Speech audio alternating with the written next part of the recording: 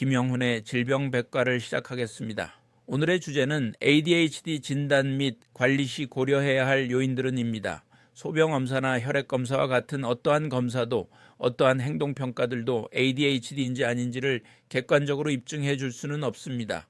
부주의, 과잉행동, 충동성과 같은 ADHD의 증상들은 때때로 대부분의 아이들에게서도 보이기 때문에 더욱 혼란스럽습니다. 어떤 아이의 행동이 ADHD 때문이라고 말할 수 있으려면 그 또래의 다른 아이들이 보이는 행동이나 능력들과 비교해보는 복잡한 과정을 거쳐야 합니다. 이를 위해 소아청소년과 의사와 정신건강 전문가들은 관찰, 면담, ADHD 아이나 청소년의 행동을 평가하는 설문지들을 이용해서 부모, 다른 주양육자, 교사 혹은 학교의 다른 전문가들의 정보에 의존해야 합니다. 행동에 대한 다른 이유가 존재하는지 혹은 불안과 같은 추가적인 어려움이 있는지 판단하기 위해 부모에 대한 면담과 아이에 대한 평가 또한 활용됩니다. 면담은 아이가 일상적으로 특정한 어려움을 경험하고 있는지 평가하는 데 도움이 되며 이런 유형의 평가에 근거한 진단 과정은 종종 시각 혹은 청각적인 어려움, 정서장애 혹은 학습장애 등의 다른 문제가 공존할 때에는 더 어려워질 수 있습니다. 동반되는 어려움들 중 일부는 실제로 좀 더 의학적이거나 어떤 것은 좀 더 심리적 혹은 학습과 언어 능력과 관련될 수 있으므로 다른 분야 전문가들이 팀을 이뤄 협력해서 평가해야 할 수도 있습니다. 여러 요인들을 종합적으로 고려하여야 정확한 진단과 효과적인 관리를 할 수 있습니다. ADHD는 단일한 검사가 아닌 다면적인 평가와 협력적 중재가 핵심입니다. 1. 발병 및 병력 관련 요인입니다. ADHD는 12세 이전에 증상이 시작되어야 하며 영유아기부터 주의력 문제나 과잉 행동, 징후가 나타나기도 합니다. 특정 환경, 학교, 가정, 사회 에서만이 아니라 2가지 이상 환경에서 증상이 관찰되어야 합니다. 부모, 형제자매 중 ADHD 또는 다른 신경발달장애, 정신질환 병력이 있는 경우 고려합니다. 이 증상 및 행동 관찰 요인입니다.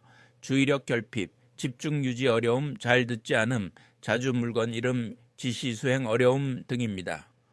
과잉 행동, 충동성, 가만히 있지 못함, 말이 많음, 차례 기다리지 못함, 질문 끝나기 전에 대답함 등입니다.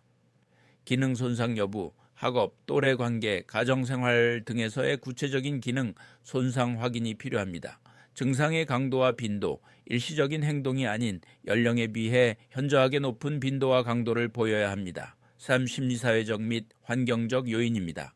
가정 내 스트레스, 부모의 양육 태도, 불안정한 환경, 이혼, 학대 등 가정 내 환경을 고려합니다. 교사의 관찰, 또래 관계, 학업 수행 상태, 교실 내 환경을 고려합니다. 저소득, 교육 수준 낮은 가정에서 과진단 또는 과소진단 가능성을 고려합니다. 4. 공존질환 및 감별진단 요인입니다. 공존질환, 학습장애, 불안장애, 우울증, 반항장애, ODD, 틱장애, 수면장애 등입니다. 감별진단, 자폐 스펙트럼 장애, ASD, 양극성장애, 지적장애, 외상후 스트레스 장애, PTSD, 단순한 기질적 충동성 등과 구분이 필요합니다. 5. 인지 및 발달 평가 요인입니다. 지능 검사를 통해 작업 기억, 처리 속도 등에서의 약점 여부를 확인합니다. 계획하기, 억제력, 시간 관리 등 실행 기능, executive function에서의 결함을 확인합니다. 특정 발달 영역의 지연이 ADHD처럼 보일 수 있습니다. 6. 치료 및 개입 고려 요인입니다. 약물 치료, 적합성, 메틸페니데이트, 아토목세틴 등 사용 시 이점과 부작용 고려합니다.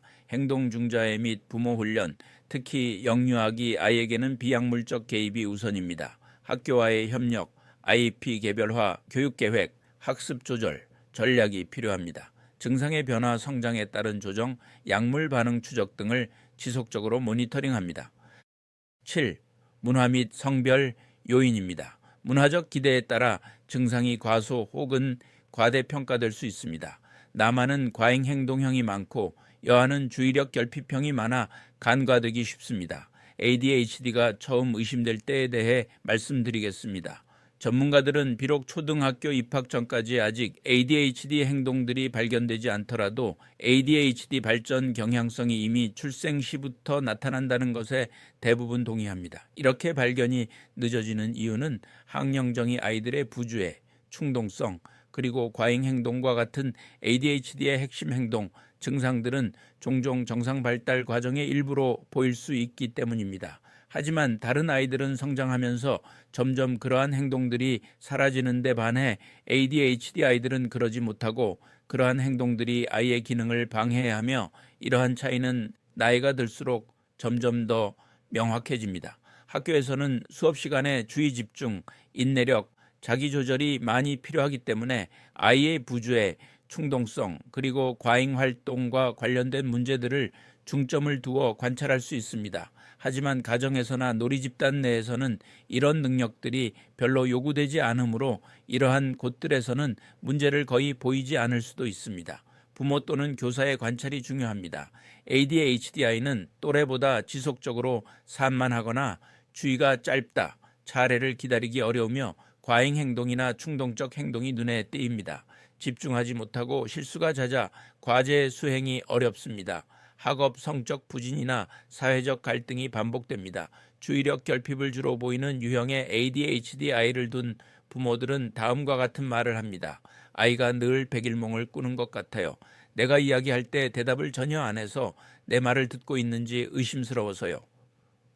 맨날 잃어버리고 다녀요. 학교 다니면서 벌써 도시락통을 4개나 사주어야 했네요. 아이에게 방에 가서 옷을 입으라고 하고 10분 후에 가보면 겨우 셔츠 하나만 입고선 장난감 가지고 놀고 있어요. 학교에서 들은 지시사항이나 설명을 다 놓치기 때문에 뭘 배웠는지 기억하지 못해요. 밤새 열심히 공부하더라도 다음 날이 되면 다 잊어버려요. 어떤 선생님들은 괴짜, 부진아, 바보, 제멋대로인 학생, 랜덤 스튜던트 이라고 불러요. 과잉행동 충동성을 주로 보이는 유형의 ADHD 아이를 둔 부모들은 다음과 같은 말을 합니다. 차분할 때가 전혀 없어요. 식사를 다 할 때까지 앉아 있거나 잠자리 준비를 시킬 수가 없어요.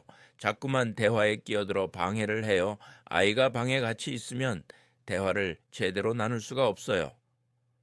행동하기 전에 먼저 생각해 보지 않아요. 멈춰서서 살펴보기 전에는 길을 건너면 안 되는데 항상 그래요. 그래서 항상 아이의 안전을 걱정해요. 순서를 지키지 않아요. 그래서 준비, 발사, 조준 이런 식이에요.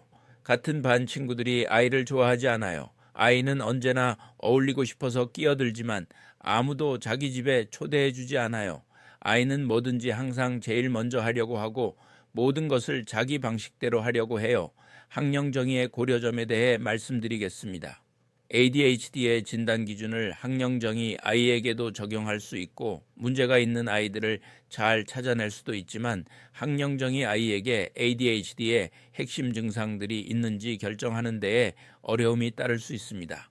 ADHD 진단을 위해서는 가정 이외의 다른 장소에서도 확인되어야 하는데 학령정의 아이가 유치원에 다니거나 아이 돌봄 프로그램에 참여하지 않는다면 별도의 관찰자를 확보하기 어렵습니다. 만약 이런 시설을 이용하고 있다고 하더라도 프로그램 담당자들이 학교 교사보다 정확한 관찰 정보를 제공하기에 경험이 부족할 수 있습니다.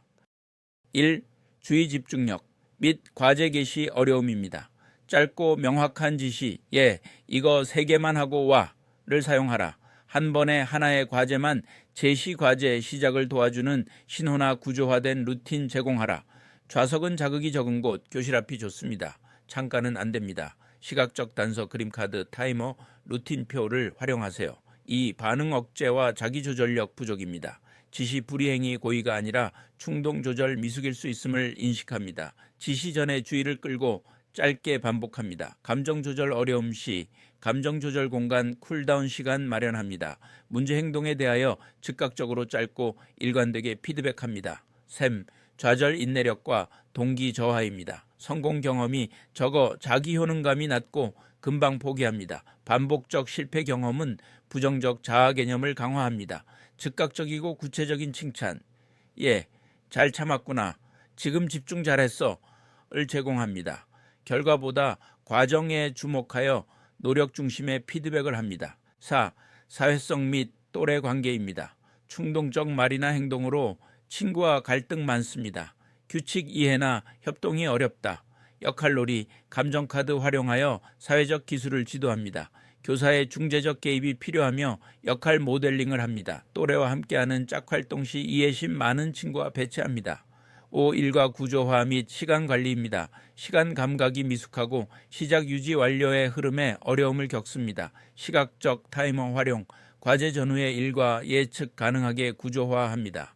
작은 단위 과제를 제시하고 휴식, 다음 과제의 사이클 반복합니다. 학교에서의 고려점에 대해 말씀드리겠습니다. 아이의 학업 성적이 좋지 않고 친구 관계가 어렵고 일반적인 소화기 행동들보다 좀 더 규칙을 따르는데 문제가 있다는 생각이 들면 가능한 한 빨리 담임교사나 학교의 상담교사를 만나 상담을 해야 합니다. 이들은 아이의 행동과 수행 기능을 다른 또래 아이들과 비교해 볼 수 있는 단체 생활 속 아이의 일상을 관찰할 수 있으며 비록 좀 더 가벼운 증상들이나 미묘한 문제들은 놓치기 쉬울 수도 있지만 ADHD 및 유사질환들의 증상을 구별할 수 있도록 교육을 받았습니다.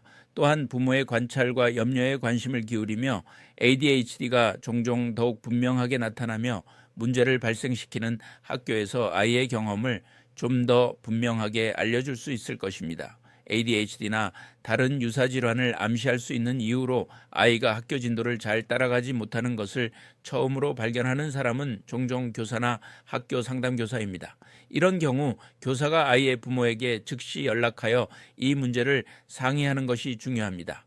아이들이 ADHD로 보이는 증상들을 보여 평가를 위해 교사들이 소아청소년과 의사에게 의뢰하지만 면밀한 평가 후에는 실제로 모든 아이들이 ADHD 진단을 받지는 않습니다.